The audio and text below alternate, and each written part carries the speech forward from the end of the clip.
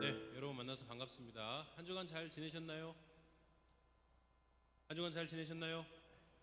네, 오랜만에 보는 친구들도 있고 무척 반갑습니다. 예배 자리에 잘 나오셨습니다. 우리 함께 하나님을 기쁘게 예배합시다. 먼저 하나님의 말씀을 듣습니다. 너희는 하나님의 능력을 선포하여라. 그의 위엄은 이스라엘을 덮고 그의 권세는 구름 위에 있다. 성소에 계시는 하나님, 이스라엘의 하나님은 두려운 분이시다. 그는 당신의 백성에게 힘과 능력을 주시는 분이시다. 하나님을 찬양하여라. 우리 함께 한 목소리로 하나님을 찬양합니다.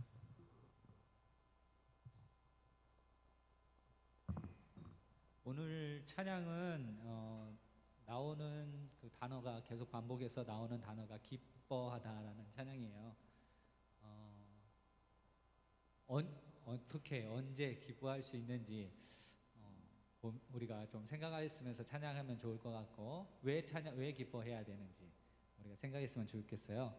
그리고 이 찬양 이제 처음 배우는 찬양이니까 앞에 부분을 조금 우리가 배웠으면 좋겠거든요. 반복돼서 하는 찬양인데 여러분들이 쉽게 배울 수 있을 것 같아요. 같이 한번 배워볼게요. 처음부터 이날은 처음 한번 이날은 주가 지으신 날 기뻐하고 즐거워하세. 이날은 주가 지으신 날 기뻐하고 즐거워하세. 쉽죠? 이날은 주가 지으신 날 기뻐하고 즐거워하세. 괜찮겠죠? 그리고 그 다음에 반복하는 것이 또 한 구절 있어요. 그 부분도 계속 반복하니까 한번 더 배워볼게요. 그 다음에 우리 모두 주님 안에서 거기 우리 모두 주님 앞에서 기뻐하며 주를 찬양. 존귀하신 우리 주님을 기뻐하며 찬양하세. 거기 한번 다시 한번 할게요. 우리 모두 주님 안에서 시작. 우리 모두 주님 앞에서 기뻐하며 주를 찬양. 존귀하신 우리 주님을 기뻐하며 찬양하세. 네, 듣겠죠? 우리가 같이 한번 찬양 드릴게요. 이날은 주가 지으신 날 같이 찬양 드리겠습니다.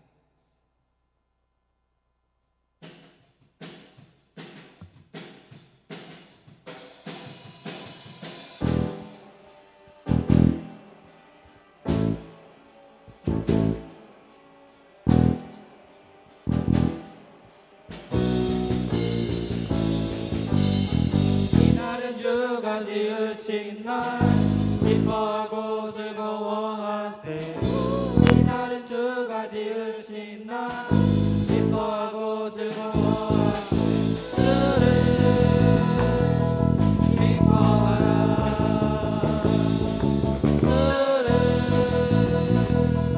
기뻐하라.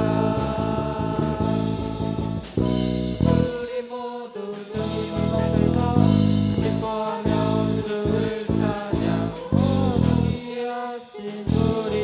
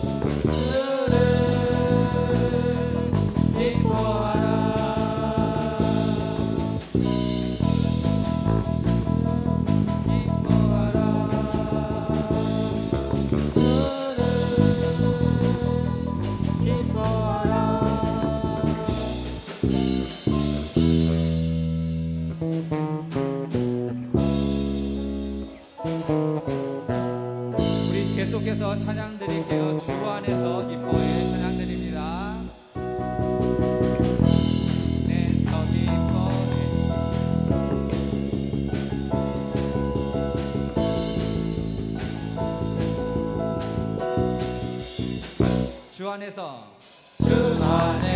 기뻐해 주 안에서 기뻐해 주님 주신 기쁨으로 기뻐하라 주 안에서 기뻐해 주 안에서 기뻐해 우리 힘은 주를 기뻐하는 것 기뻐 춤을 추며 크게 소리 높여 살아계신 주의 이름 내 마음 다해 찬양해 주를 바라볼 때 새 힘 주시리 우리의 힘을 주를 기뻐하는 것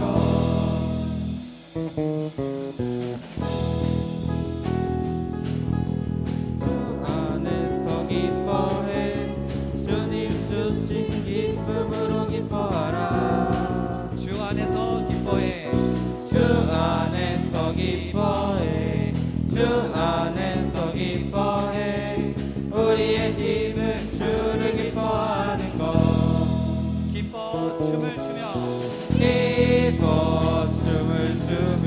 크게 소리 높여 살아계신 주의 이름 내 마음 다해 찬양해 주를 바라볼 때 새 힘 주시리 우리의 힘은 주를 기뻐하는 것 다시 한번 무화과 나무 마르고 모두 열매 없어도 주님들 함께 하시니 나는 기뻐하고 즐거워하리로다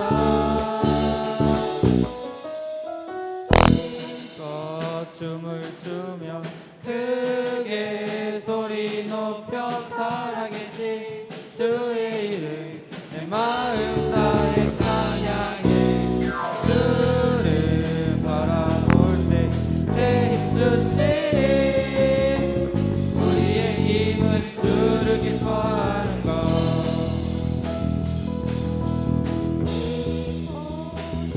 춤을 추며 크게 소리 높여 살아계신 주의 이름 내 마음 다해 찬양해 주를 바라볼 때 새 힘 주시리 우리의 힘은 주를 기뻐하는 것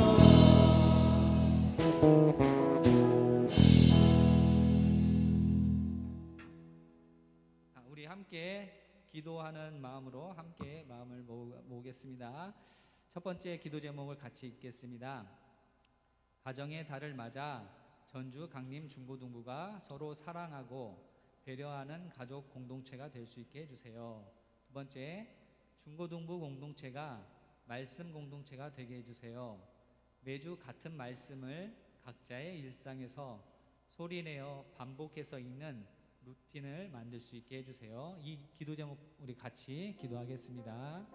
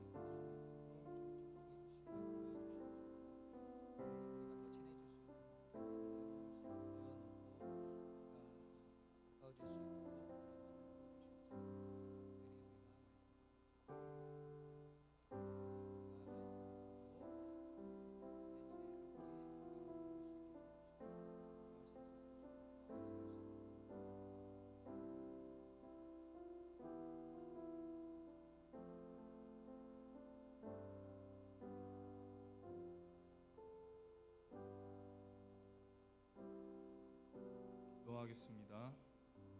사랑이 많으신 하나님, 오늘도 이 자리에 나와 주님께 예배를 올려드릴 수 있음에 감사드립니다. 주님, 우리 중고등부가 한 주간 그리스도인으로서 살아갈 때 부족함이 없었는지 한번 되돌아봅니다. 매 순간 우리는 죄의 유혹을 뿌리칠 수 없는 순간들이 너무나도 많습니다. 하지만 주님, 우리 중고등부와 함께 하사 죄의 유혹을 뿌리치고 주님께 한 걸음 한 걸음 나아가 믿음 안에서 그리스도인으로 성장할 수 있도록 도와주소서. 돌아오는 한 주간은 그리스도인으로서 나보다 남을 배려하며 돕고 나의 죄를 씻어주신 주님의 그 크신 은혜를 바라보며 하나님 닮아가는 주님의 자녀 되게 하여 주시옵소서. 사랑이 많으신 예수님 이름으로 기도드립니다. 아멘.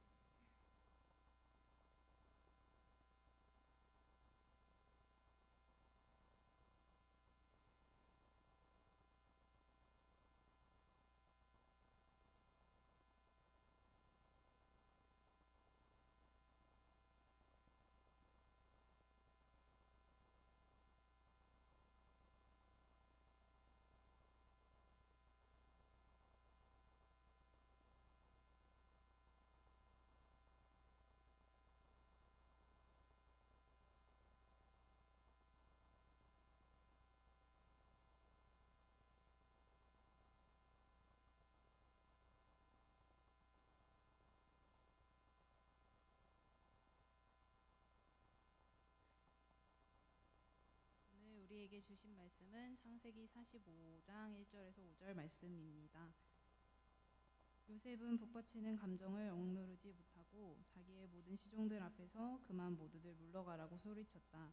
주위 사람들을 물러나게 하고 요셉은 드디어 자기가 누구인지를 형제들에게 밝히고 나서 한참 동안 울었다. 그 울음소리가 어찌나 크던지 밖으로 물러난 이집트 사람들에게도 들리고 바로 궁에도 들렸다.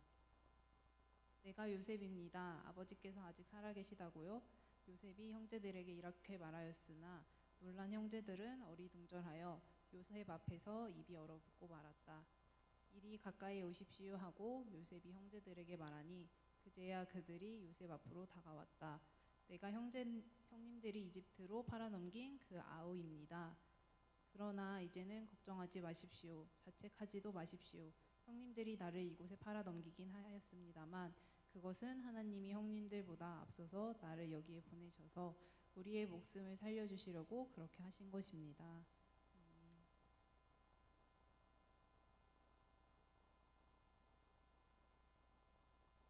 이것은 주님의 말씀입니다.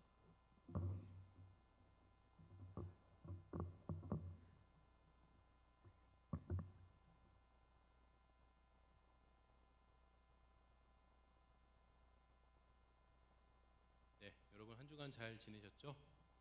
만나서 반갑습니다. 먼저 주님의 인사를 나눕니다. 사랑하는 전주광림교회 중고등부 친구들과 선생님들에게 부활하신 주님의 평화가 함께하시길 빕니다. 오늘 우리가 읽은 본문은 여러분도 어쩌면 잘 알 수 있는 이야기입니다. 요셉 이야기 혹시 들어본 친구들 있나요? 요셉. 난 요셉이라는 친구를 안다. 요셉. 몰라요? 효은이 요셉 몰라요? 몰라요. 민석이 요셉 아나요? 몰라요. 은찬이 요셉 아나요? 알고요. 하늘인 요셉 아나요?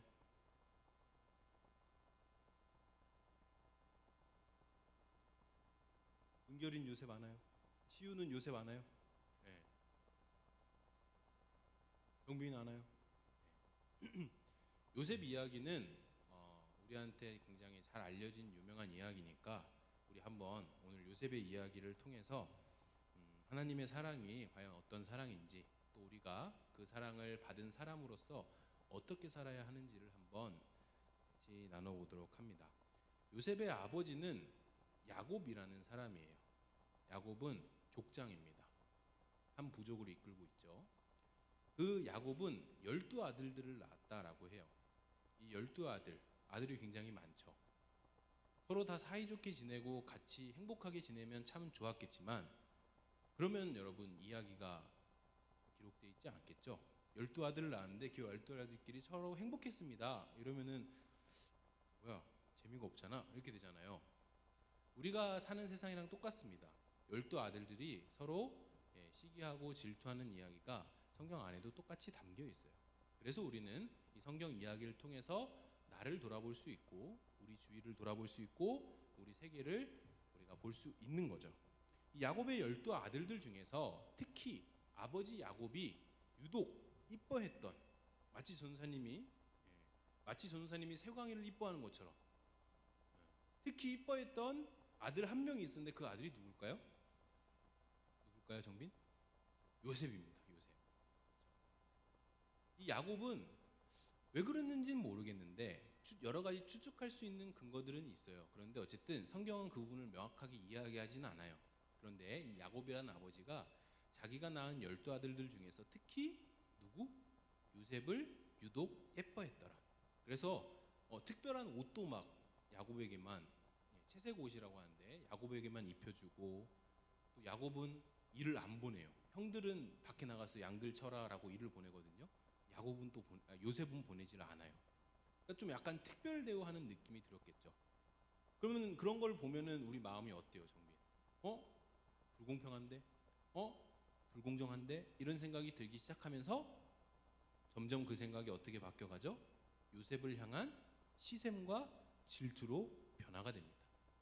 그래서 나머지 형들은 요셉 위에 형이 10명이 있는데 나머지 형들은 요셉을 시기하고 질투하기 시작합니다. 그래서 어느 날 형들이 일하러 간 그 들판에 요셉이 갔다고 해요. 아버지의 심부름을 간 거예요. 그러니까 멀리서 요셉이 오니까 형들이 야 보기 싫은 얘 온다. 그러면서 이제 요셉의 뒷담화를 막 하기 시작합니다. 익숙하지 않나요? 여러분들 학교에서 아닌가요? 익숙하지 않나요? 여러분들 학원에서 그러지 않나요? 그렇죠? 우리랑 똑같아요. 시샘하고 질투하고 누군가를 따돌리고 뒷담화하고.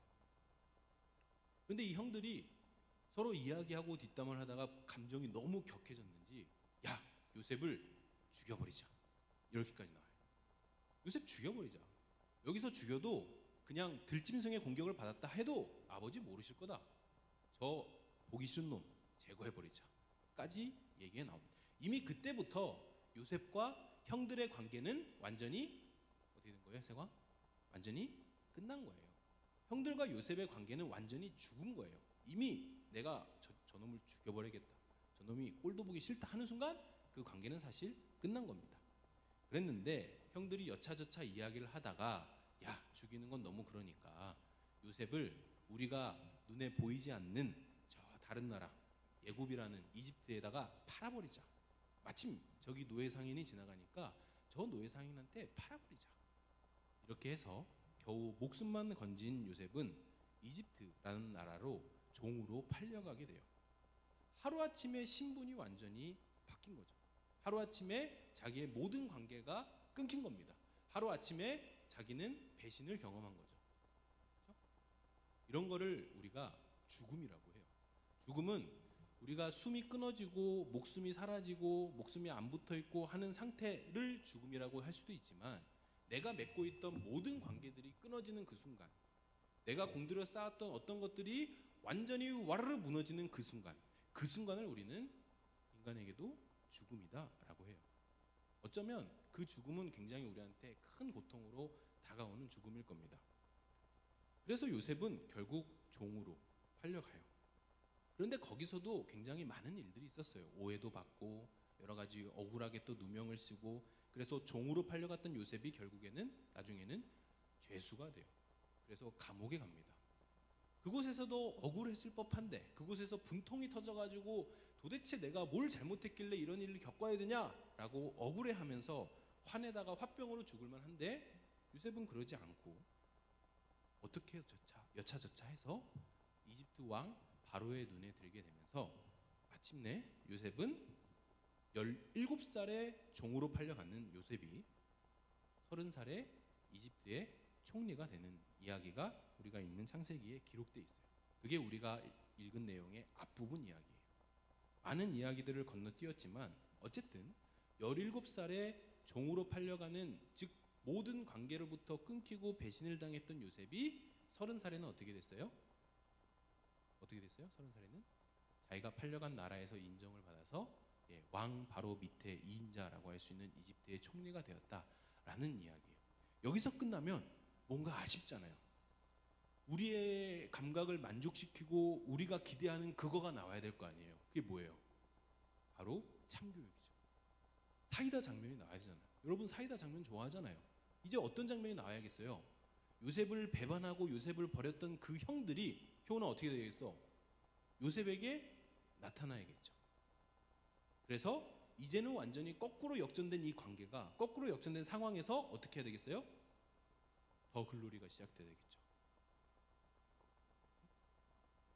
요셉이 형들을 보면서 형들은 나의 꿈이었어 이렇게 하면서, 그렇죠? 형들에게 이제 처절한 복수극을 시작해야겠죠. 그게 우리가 원하는 결말입니다. 그게 우리가 기대하고 우리가 예상하는 결말입니다. 은근히 우리가 그러한 결말을 좋아하고 선호합니다. 왜요? 우리 마음속에도 은근히 그런 게 있거든요.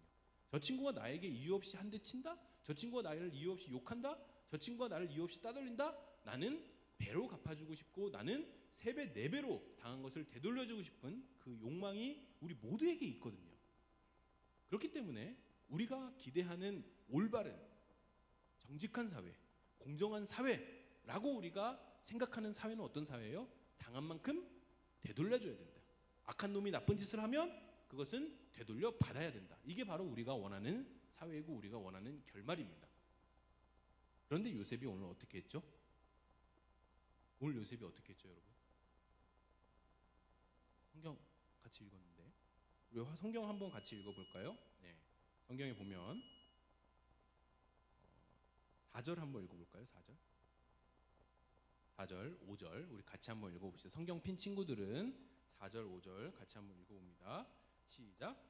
이리 가까이 오십시오 하고 요셉이 형제들에게 말하니 이제야 그들이 요셉 앞으로 다가왔다. 내가 형님들이 이집트로 팔아넘긴 그 아우입니다. 그러나 이제는 걱정하지 마십시오. 형님들이 나를 이곳에 팔아넘기긴 하였습니다만 그것은 하나님이 형님들보다 앞서서 나를 여기에 보내셔서 우리의 목숨을 살려주시려고 그렇게 하신 것입니다. 그러니까 요셉이 총리가 되었을 때 이집트란 나라는 잘 사는 나라였어요. 그래서 다가올 흉년을 이집트란 나라는 요셉 총리의 지혜로 그것을 잘 대비를 했습니다. 그런데 문제는 이집트 바깥에 족장으로 떠돌이 생활을 하던 야곱이 이끌고 있던 이스라엘 부족들이에요. 이 사람들이 식량난으로 인해서 먹을 게 없는 거야. 그래서 지금 누구에게 식량을 구걸하러 온 거예요? 이집트라는 나라에 식량을 구걸하러 온 거예요. 근데 그 일을 담당하고 있던 결정권자가 누군 거예요? 하필 요셉인 거예요. 이 드라마 같은 상황이 탁 펼쳐진 거예요. 식량을 구걸하려고 우리에게 식량을 좀 꺼주십시오. 우리가 먹을 게 없어서 굶어 죽겠습니다. 라고 머리를 조아리면서 형들이 머리를 숙이는 대상이 누구라는 거예요? 바로 자기들이 처참하게 버리고 배반했던 요셉이라는 거예요. 그럼 이제 드디어 마침내 복수의 기회가 찾아온 거죠. 우리가 원하는 그 그림이 그려진 거죠. 모든 게 다 준비된 거죠. 이제는 뭐만 하면 돼요? 요셉이 형들에게 당신들이 저지른 잘못의 대가를 묻기 시작하면 됩니다. 그 대가를 추궁하기 시작하면 됩니다. 그거에 대해서 책임지게 하면 됩니다. 그래서 형들은 후회하면서 내가 그때 왜 그랬을까? 우리가 그때 요셉을 왜 그랬을까? 라면서 자책하는 모습으로 이야기가 마무리되면 우리 모두 다 야, 진짜 훌륭한 이야기다 라고 박수치겠죠. 그런데 우리가 읽은 것처럼 요셉은 그렇게 하지 않습니다. 요셉은 형들을 용서하죠. 요셉은 형들을 사랑으로 품습니다. 왜죠? 요셉이 착해서? 왜죠? 요셉이 마음이 넓어서? 아, 형 그래도 시간이 뭐 한 14년 정도 지났으니까 이제 뭐 저도 용서가 되는 것 같아요. 그래도 뭐 어쨌든 결과적으로 뭐 저도 총리 되고 뭐 이렇게 양식도 나눠줄 수 있고 잘 됐잖아요. 좋게 생각하죠, 형. 요셉이 이랬을까요? 아니요. 요셉의 마음은 형님들을 딱 보는 그 순간 안에서 막 불같은 게 일어났을 거예요. 자기가 당했던 배신과 자기가 그동안 당해왔던 수많은 오욕과 수많은 눈물들을 순식간에 그거 모든 것들이 일어나면서 온몸이 막 뜨거워졌을 거예요. 저 인간들이 왔구나. 저 사람들이 왔구나. 그런데 요셉은 형들을 용서합니다. 그런데 요셉은 형들을 사랑으로 품습니다. 그리고 그 이유를 말하죠. 뭐라고 말하죠, 요셉이? 형들이 나를 팔아 넘기긴 하였습니다마는 누가? 하나님께서 나를 이곳에 보내셔서 지금 이때의 위기를 대비하게 하시려고 하나님이 이 모든 일을 만드신 겁니다. 이렇게 얘기를 해요. 전사님 그거 너무 끼워 맞추기 아닌가요? 전사님 그거 너무 지어낸 거 아닌가요? 라고 생각할 수 있겠죠. 그런데 이거는 형들의 이야기가 아니고 이것은 아버지 야곱의 이야기도 아니고 누구의 이야기예요? 피해자 요셉의 이야기. 형들에게 배반당하고 종으로 팔려나갔고 그래서 죄수의 신분도 겪어야 됐고 이런 모든 아픔들을 겪어야 했던 피해 당사자, 피해자인 요셉의 고백이 바로 뭐예요? 하나님께서 이 모든 일을 하신 것입니다 라고 고백을 한다는 거예요. 어떻게 그럴 수 있을까요? 어떻게 그럴 수 있을까요? 첫 번째로 요셉은 하나님의 사랑과 뜻을 분명히 알고 그것을 믿었다라는 거예요. 요셉은 자기의 성품을 믿은 게 아니고 요셉은 자기 주변의 상황을 믿은 것이 아니고 요셉은 자기가 가진 권력을 믿은 것이 아니라 자기가 믿고 있는, 자기가 의지하고 따르고 있는 그 하나님의 사랑과 하나님의 사랑을 요셉은 신뢰했다. 자기가 그동안 겪은 일들이 너무 힘들고 아프지만 그곳에서도 끝까지 자기를 지지하고 자기를 놓치지 않았던 그 하나님의 사랑을 요셉은 분명히 경험했고 그 하나님의 사랑을 요셉은 신뢰했다. 그래서 요셉은 그 하나님의 사랑의 근거에서 하나님의 사랑을 이유로 형들을 용서하기 시작한 것이다 라고 했습니다. 그럼 전사님, 하나님의 사랑을 느꼈다, 하나님의 사랑을 받았다 라는 그 증거를 어떻게 찾을 수 있나요? 제가 하나님의 사랑을 받고 있는 건가요? 제가 하나님의 사랑을 앞으로 받을 수 있나요? 앞으로 받게 된다면 그 증거를 도대체 보이지도 않는 그 모습을 내가 어떻게 발견할 수 있을까요? 그 증거는 겸손이에요. 하나님의 사랑을 받고 그 하나님의 사랑을 경험하고 체험한 사람일수록 그 사람은 겸손해집니다. 요셉은 자기가 가진 권력을, 자기가 가진 힘을 가지고 이 형들을 충분히 참교육할 수 있었어요. 여기에 누가 도덕적으로 잘못됐다라고 비난을 하겠습니까? 당신 형들한테 그렇게 하면 안 돼. 누가 말릴 수 있겠어요?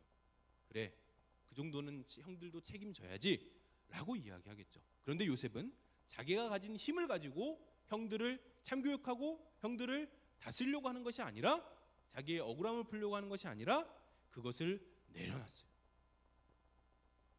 그것을 내려놓고 하나님의 사랑을 근거로 형들을 품습니다. 이게 겸손이에요. 겸손은 내가 가진 것, 내가 누리고 있는 것, 그런 것들을 이용해서 타인을, 누군가를 조종하려고 하거나 누군가를 뒷담하거나 누군가를 소유하려 들거나 하지 않습니다. 저 사람도 인간이고 나도 인간이고 저 사람도 사람이고 나도 사람이고 저 사람도 하나님의 형상이고 나도 하나님의 형상이고 그래서 내가 저 애보다 공부를 좀 더 잘한다고, 그래서 내가 저 애보다 좀 더 잘 산다고, 그래서 저 친구의 집보다 내가 좀 더 잘 산다고 해서 우리가 비교하거나 그 사람을 판단하거나 그 사람을 험담할 이유가 하등 없는 겁니다. 왜요? 하나님의 사랑을 받은 사람은 그 사랑 안에서 우리 모두가 하나님의 형상이구나 라는 것을 깨달아가기 때문에 당연히 우리는 겸손하게 됩니다. 겸손은 뭐라고요? 내가 사람이다. 저 사람도 사람이다. 우리 모두 사람이고 우리 모두 하나님의 형상이다 라는 사실을 깨닫는 거예요. 그래서 내가 저 친구에게 상처를 줄 때 바로 인정해야 되는 거죠. 왜요? 끝까지 잡아떼는 거는 겸손하지 않은 거죠. 교만한 거죠. 끝까지 내가 잡아떼면서 난 너에게 그런 적 한 적 없어, 나는 거짓말 한 적 없어 라고 잡아떼는 거, 이거 교만한 거죠. 내가 사람이고 내가 연약하니까 그래, 내가 너한테 실수했다, 미안하다, 겸손한 거죠. 저 친구가 나에게 말할 수 없는 상처를 줍니다. 근데 그 친구를 향해서 평생 내가 그 친구를 혼냈어야 되는데, 그때 내가 참교육을 했어야 되는데 라고 분노를 품고 살아간다면 이것은 겸손한 게 아니죠. 왜요? 저 친구도 사람이고 저 친구도 연약하기 때문에 나에게 실수할 수 있다, 나에게 상처 줄 수 있다 라고 내가 너그럽게 봐주는 거, 그것도 겸손이겠죠. 요셉은 하나님의 사랑과 하나님의 뜻을 신뢰한 사람답게 겸손하게 자신이 가진 힘을 내려놓고 형들을 사랑으로 품었습니다. 그렇게 우리가 겸손할 때 마지막으로 하나님은 우리에게 말할 수 없는 기쁜 자유를 허락하세요. 우리가 어디에 얽매이지 않고 어디에 묶이지 않는 완전한 자유를 우리 지윤이에게 선물로 주십니다. 그 자유는 내가 어른이 됐으니까 또는 내가 이제 중고등학교 대학생이 됐으니까 나도 이제 뭔가 스스로 판단하고 이성적으로 생각할 수 있으니까 내 마음대로 결정할 거야 라는 자유가 아니에요. 하나님이 여러분에게 선물하시는 자유는 오직 딱 하나입니다. 사랑할 자유입니다. 사랑할 자유. 기독교가 말하고 하나님이 여러분에게 선물 주시는 자유는 오직 딱 하나밖에 없습니다. 내 권리를 주장하고 내 책임을 강조하면서 내가 이성인답게 내가 성인답게 모든 것을 할 수 있어, 나에겐 선택할 자유가 있어 라는 자유가 아니라 하나님이 여러분에게 선물로 주시는 자유는 뭐라고요? 오직 사랑할 자유. 오직 사랑할 자유. 오직 사랑을 누리고 오직 사랑을 베풀 수 있는 자유. 그 자유만 하나님이 여러분에게 주시는 겁니다. 그래서 하나님의 사랑과 뜻을 신뢰한 요셉. 요셉은 겸손한 마음으로 자신이 가진 자유, 즉 형들을 사랑할 수 있는 자유를 마음껏 좋게 사용했다 해서 선용이라고 하는데요. 송선 선생님 계시죠? 좋게 사용했습니다. 그래서 우리는 요셉의 이야기를 보면서 우리의 기대와는 상당히 다르지만 그 이야기를 통해서 우리가 스스로를 돌아볼 수 있게 됩니다. 말씀을 정리합니다. 그리스도교, 기독교라는 종교는 여러분에게 어떤 이미지로 남아있는지 모르겠지만 기독교라는 종교 하면 딱 떠올려야 될 이미지는 사실 하나밖에 없어요. 그것은 바로 사랑입니다. 사랑. 사랑이라는 것은 우리 안에 있는 시샘과 질투, 미움과 다툼이라는 헛된 욕심들을 다 녹여냅니다. 넉넉히 녹여냅니다. 굳이 우리가 난 시샘 안 하고 싶어, 난 질투 안 하고 싶어 아등바등 노력하는데 그 노력하는 것보다도 사랑하자. 사랑하자. 주님이 사랑하셨던 것처럼 나도 사랑하자. 그렇게 우리가 사랑 안에서 하나가 되어가자 라고 할 때 우리 안에 있는 관계의 아픔, 우리 안에 있는 관계의 상처, 시샘, 질투, 따돌림, 소외, 왕따 이 모든 것들이 다 눈 녹듯이 사라질 수 있는 겁니다. 그래서 그리스도인은, 기독교인은 오늘 우리가 읽은 이야기의 요셉처럼 하나님의 사랑, 하나님의 뜻을 온전히 믿고 따르면서 그 안에서 겸손하게 내가 사랑할 수 있는 자유를 마음껏 누리는 사람, 그런 사람을 우리가 그리스도인이라고 할 수 있을 것 같습니다. 그래서 우리의 고백은 내가 아무리 착한 일을 하더라도, 내가 아무리 좋은 일을 하더라도 이것은 내가 하는 것이 아니라 요셉의 고백처럼 주님의 사랑이 하셨습니다. 주님의 사랑이 나에게 세광이 너를 사랑하라고 하셨습니다. 주님의 사랑이 나에게 세연이를 품으라고 하셨습니다. 주님의 사랑이 나를 힘들게 한 당신들을 용서하라고 하셨습니다. 라는 고백이 될 수밖에 없는 것이죠. 이 고백이 전종하님교회 중고등부 친구들과 선생님들에게 늘 함께 하시길 기도하겠습니다. 함께 기도합니다. 주님의 사랑이 하셨습니다. 주님의 사랑이 우리를 감동시킵니다. 주님의 사랑이 우리를 포기하지 않습니다. 주님의 사랑이 우리를 변화시킵니다. 주님의 사랑이 우리를 더 높은 곳으로 이끄십니다. 주님의 사랑이 우리를 하나 되게 하십니다. 예수님의 이름으로 기도합니다. 아멘. 함께 결단 찬송 시선 부르면서 준비한 헌금 봉헌합니다.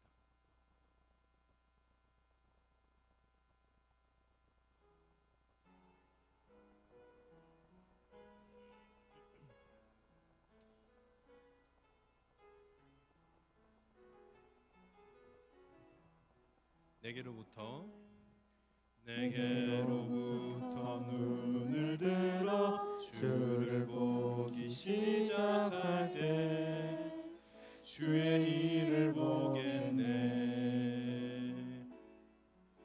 내 작은 마음 돌이키사 하늘에 꿈꾸게 하네. 주님을 볼 때 모든 시선을 주님께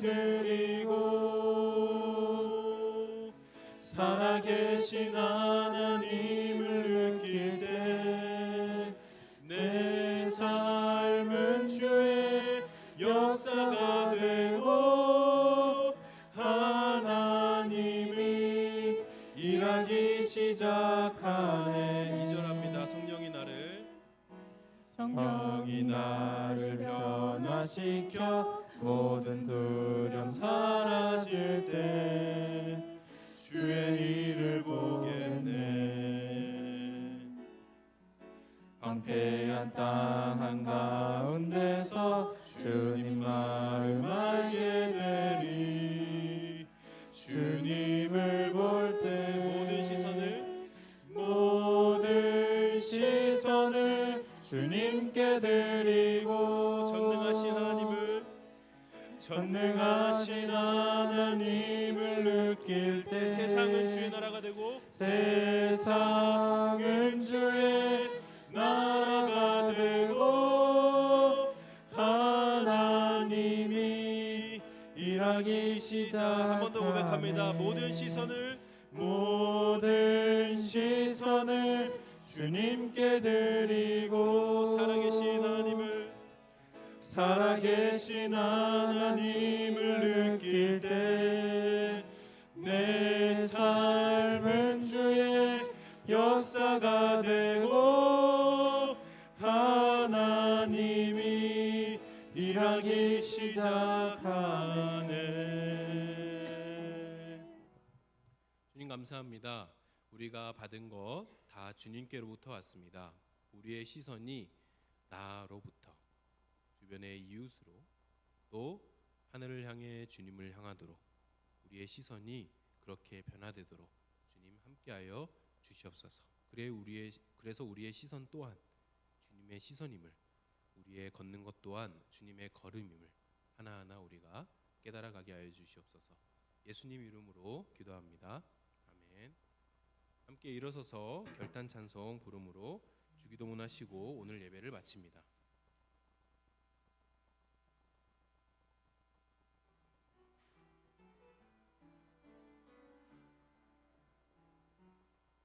전국의 소망 품은 당신은 주님 앞에 선 바로 당신은 그의 편지로 이 땅에 보내신 주의 손과 발 작은 예수.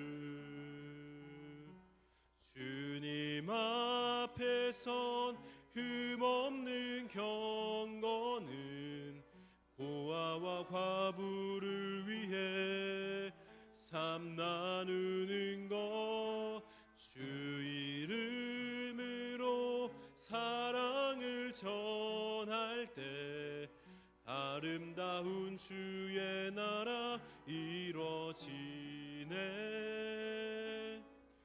우리의 손은 예수님의 손, 우리의 얼굴 바로 주님 얼굴, 우리의 소유 모두 주님의 것.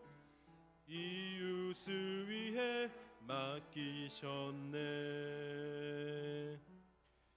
하늘에 계신 우리 아버지, 아버지의 이름을 거룩하게 하시며 아버지의 나라가 오게 하시며 아버지의 뜻이 하늘에서와 같이 땅에서도 이루어지게 하소서. 오늘 우리에게 일용할 양식을 주시고 우리가 우리에게 잘못한 사람을 용서하여 준 것 같이 우리 죄를 용서하여 주시고 우리를 시험에 빠지지 않게 하시고 악에서 구하소서. 나라와 권능과 영광이 영원히 아버지의 것입니다. 아멘. 송상훈 부장님 나오셔서 여러분과 평화 인사 나누고 교회 소식 전해주십니다.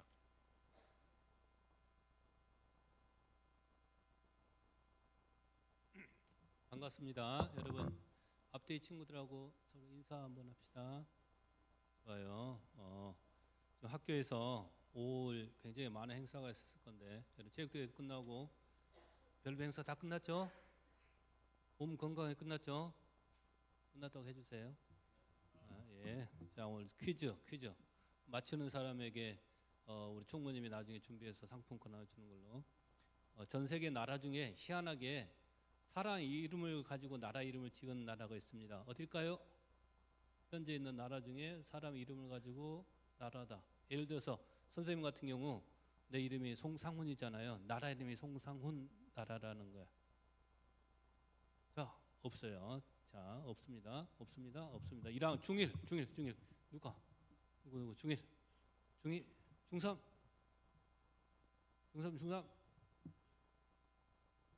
자, 실물로 보여집니다. 실물. 자, 어디입니까? 자, 이스라엘이에요. 이스라엘은 사람 이름이에요. 사람 이름을 딴 거예요. 우리로 따지면 우리나라 이름이 하마터면 단군이 될 뻔한 거야. 그런 식으로 이해되죠? 그럼 이스라엘 사람들은 다시 한번 퀴즈야. 자기들의 조상을 누구라고 할까? 자기의 가장 조상을. 자, 고3부터 내려갈까요? 고3부터 우리 이스라엘 사람들은 우리나라 사람들은 우리의 종교는 뭐 어쩌고 하면서 우리는 단군의 자손이다 이렇게 하잖아요. 이스라엘 사람들은 우리는 누구의 자손이다 하잖아요. 자, 누굴까요? 저 우리 삶의 지침 고3 학생들 이제 있잖아요. 아담의 자손이죠. 이렇게 말하면 안 돼요. 아담의 자손이 아니고 자, 고이 어디의 자손이라 그럴까?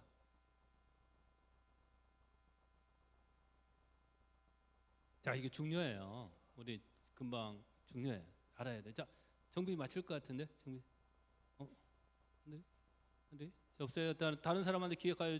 고1까지 내려가요. 자, 이스라엘 사람들은 우리의 조상이 이 사람입니다라고 말하는 사람이 있어. 자, 고1 누구?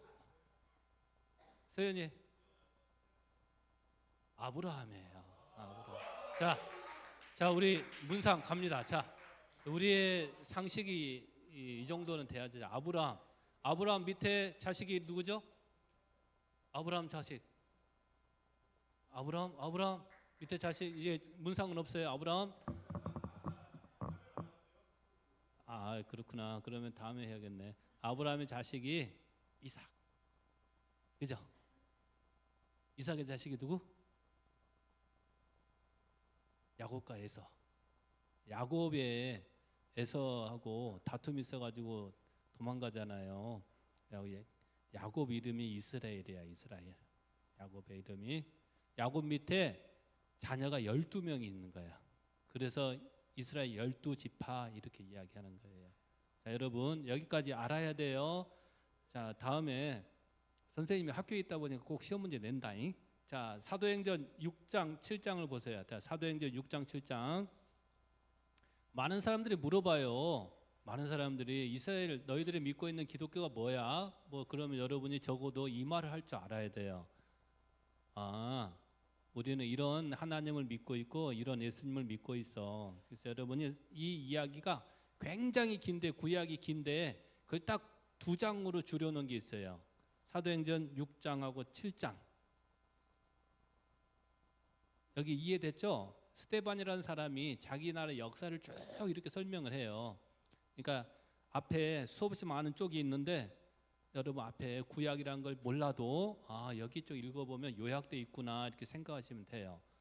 자, 다시 한번 정리해 봅시다. 전도사님께서 금방 많이 설교를 하셨던 그 분야가 어디에 속한다고? 야곱의 아들들 12명의 이야기 중에 요셉 이야기를 한 거예요. 그죠? 서로 뭐 했다고? 화해했다고. 됐죠? 자, 이해됐죠? 자, 선생님이 여러분 상식을 더 넓히기 위해서 갑자기 나에게 시간이 너무 많이 주어지진 않지만 한 번만 더 해볼게요. 우리나라의 신화예요. 우리나라 이야기. 해는 누가 됐을까요? 해. 우리나라에서 해. 달은 누가 됐을까요? 자, 그럼 우리나라의 저기 수수깡의 수수의 반점은 누가 만든 걸까요? 아, 역시 어릴 때 영어 공부만 했어요. 영어 공부만. 그 있잖아. 그 썩은 동아줄 있잖아요. 썩은 동아줄 이야기. 호랑이가 잡아먹으러 왔잖아요. 그래서 어떻게 해요? 피해서 딱 올라가다가 동아줄이 내려오잖아요. 그거 타고 올라가가지고 누가 돼요? 해화달이 되잖아요. 그죠? 그런데 거기서 떨어지죠. 누가 떨어져 죽어요? 호랑이가 떨어져 죽잖아요. 그래갖고 저기 수수에 이렇게 맞잖아. 그럼 진짜 호랑이가 썩은 동아줄 타고 올라갔을까요? 여러분, 이게 이야기 힘이야. 이야기는 과학적 사실을 전하려는 게 아니에요. 잘 생각하세요. 우리가 이런 걸 잘 생각해야 돼. 이야기의 핵심은 교훈을 얻으려고 하는 겁니다. 자, 이야기를 잘 들으셔야 돼요. 뭔 이야기를 하려고 할까? 자, 여기까지 선생님이 이야기할 거고요. 여러분, 힘들고 지치고 그런데 교회에 같이 와준 여러분을 정말 격려하고 사랑합니다. 오늘 선생님이 개인적으로 말이 많죠? 말이 많아요. 더 많이 할 거예요. 왜 갑자기 말이 많아졌냐면 오늘 성년식을 했어요. 성년식을 했는데 선생님은 6년 전에 봤던 여러분 같은 친구들이었거든요. 근데 성년으로 딱 있는 거 보니까 너무너무 감동해가지고 역시 그렇구나. 여러분, 우리 6년 뒤에 성년식 때 같이 봐요. 알았죠? 물론 고3들은 1년 뒤에, 고2들은 2년 뒤에. 알았죠? 자, 봅시다. 자, 오늘도 선생님 만나고 좋은 시간 보내십시오.